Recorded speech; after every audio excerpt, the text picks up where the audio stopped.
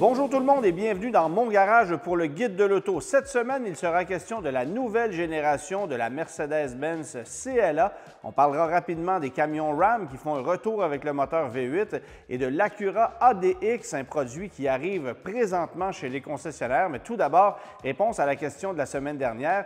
Quelle voiture Acura lancée en 1992 faisait appel à un moteur à 5 cylindres? La réponse, c'est l'Acura Vigor, une troisième berline pour le constructeur Acura qui suivait essentiellement les Integra et Légende. Une voiture qui essentiellement est toujours commercialisée aujourd'hui puisque la Vigor a été commercialisée de 92 à 94, remplacée par la 2.5 TL, laquelle faisait aussi appel à un moteur à 5 cylindres, mais aussi à un moteur à 6 cylindres. C'était la 3,2 TL.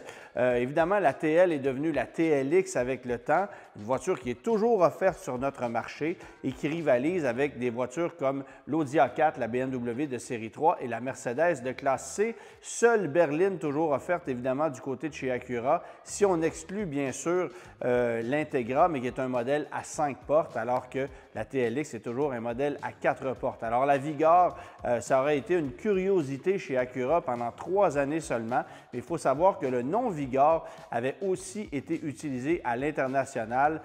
On avait des Honda Vigor vendus du côté du marché japonais et des déclinaisons de la précédente génération de l'Accord qui s'appelait Honda Vigor également. Du côté d'Acura, on a également officialisé l'arrivée de l'ADX 2025 qui touchera le sol chez les concessionnaires québécois le 17 mars prochain.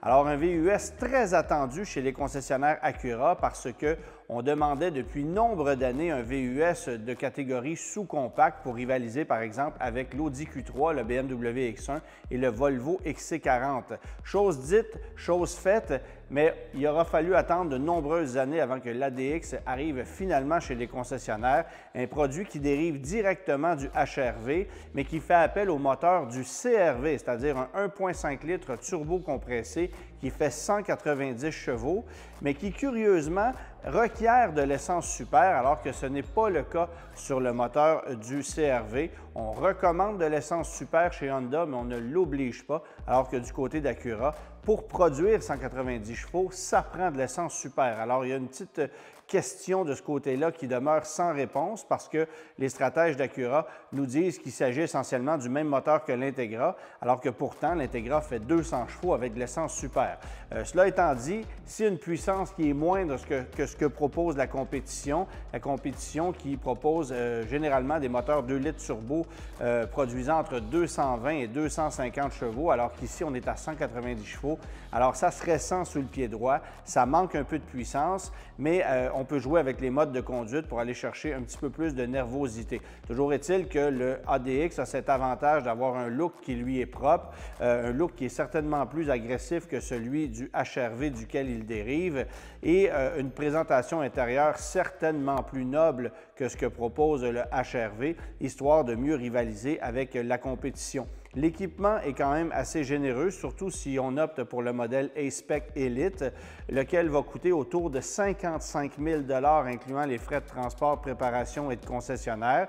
Un prix qui est compétitif face à la compétition évidemment européenne, mais qui semble quand même assez salé si on regarde le produit de façon générale. Cela étant dit, en comparant l'ADX avec ses rivaux allemands, on se rend compte que c'est un produit plus polyvalent, plus d'espace à l'intérieur, plus de confort également. Ça peut servir de véhicule familial, contrairement à un Audi Q3 par exemple, où l'espace est beaucoup plus restreint, mais c'est certain qu'au niveau des performances, on n'arrive pas à la cheville de certains des joueurs les plus populaires de ce segment-là. Alors, un produit qui demeure très important pour Acura et qu'on risque d'avoir en quantité raisonnable parce qu'il est le seul Acura produit en dehors des États-Unis nous étant destiné. Donc, un véhicule qui est assemblé du côté du Mexique à la même usine où on assemble le HR-V. Et sachez d'ailleurs que la palette de couleurs de l'Acura ADX est exactement la même que celle du HR-V, à la différence qu'on peut obtenir chez nous, évidemment, une sellerie de cuir rouge à bord de la version A-Spec Elite, ce que vous n'aurez certainement pas à bord du HR-V. Rapidement, un mot sur les camions Ram parce qu'une source sûre nous garantit le retour du moteur V8 MI de 5,7 litres dès cet été sous le capot du Ram 1500. Est-ce qu'il s'agit d'un modèle 2025 ou 2026? Ça, ce n'est pas spécifié, mais à la demande de Tim Kucinskis, qui est le nouveau président de Ram, on ramène le moteur V8 dont plusieurs acheteurs s'ennuient. Évidemment que le nouveau moteur à 6 cylindres Hurricane est un produit vraiment intéressant, mais certains acheteurs plus traditionnels désirent poursuivre avec l'option d'un moteur V8 que propose autant General Motors que Ford dans le F-150.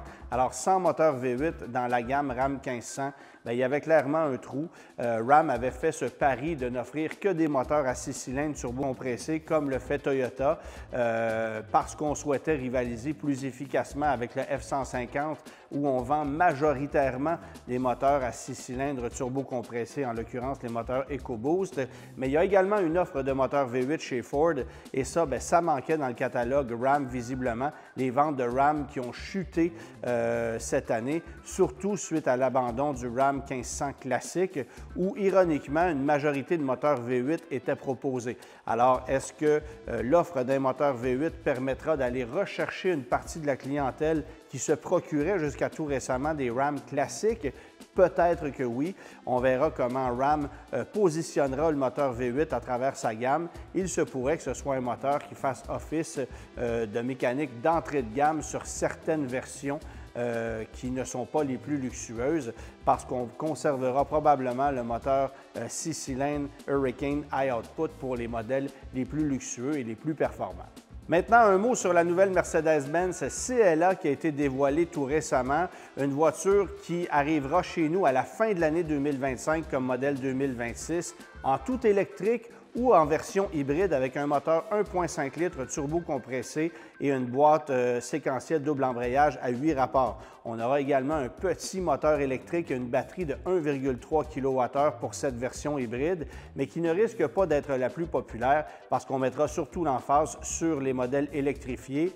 La CLA 250 Plus EQ qui, elle, proposera 268 chevaux et une autonomie estimée à 615 km, alors que le modèle à 4 roues motrices, qui, lui, sera appelé CLA 350 EQ, bien, fera 349 chevaux de puissance avec une autonomie estimée à 585 km. Évidemment, c'est une estimation parce qu'on a dévoilé les chiffres selon les normes WLTP, mais non pas selon les normes EPA.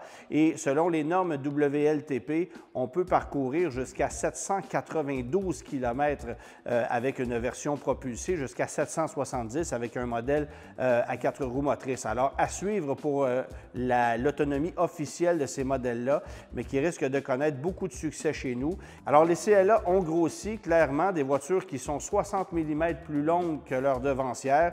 Les dimensions se rapprochent dangereusement, d'ailleurs, de celles d'une Mercedes de classe C, avec une ligne qui est toujours très typée, qui reprend celle d'un coupé 4 portes, comme aime le mentionner Mercedes-Benz, sauf qu'il faut comprendre qu'aujourd'hui, la CLA est une voiture plus spacieuse, avec un plancher plat à l'intérieur, avec beaucoup plus de dégagement aux places arrière et avec un coffre arrière plus spacieux. D'ailleurs, la Mercedes CLA en version électrifiée aura aussi droit à un coffre avant qui contient 101 litres de volume.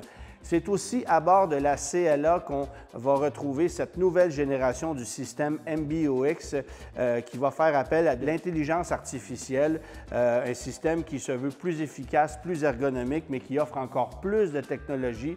Alors, on verra comment tout ça sera accueilli par la clientèle qui appréciera aussi cette nouvelle structure qu'on appelle MMA, qui servira aussi à de nombreux futurs modèles de la grande famille Mercedes-Benz, laquelle peut accueillir, comme vous l'avez compris, une technologie autant électrique qu'à essence ou hybride. Et ça sera l'avenir du côté de chez Mercedes-Benz. Alors, attendez-vous à ce que les futurs GLA, GLB peut-être même la classe A qui sera réservée au marché européen et malheureusement la CLA Shooting Brake qui ne viendra pas non plus chez nous en Amérique du Nord, mais exploitera cette nouvelle plateforme MMA. Très hâte de voir ce que ça donnera, particulièrement sur le modèle GLB de prochaine génération qui devrait arriver chez nous quelque part en 2027. Un produit qui connaît un certain succès, mais évidemment qui, en version électrique, n'est que peu compétitif face à ce qu'on propose actuellement sur le marché nord-américain. En terminant, question de la semaine, quel compact de Mercedes-Benz a été commercialisé sur le marché canadien en boudant le marché américain? Bien, réponse la semaine prochaine.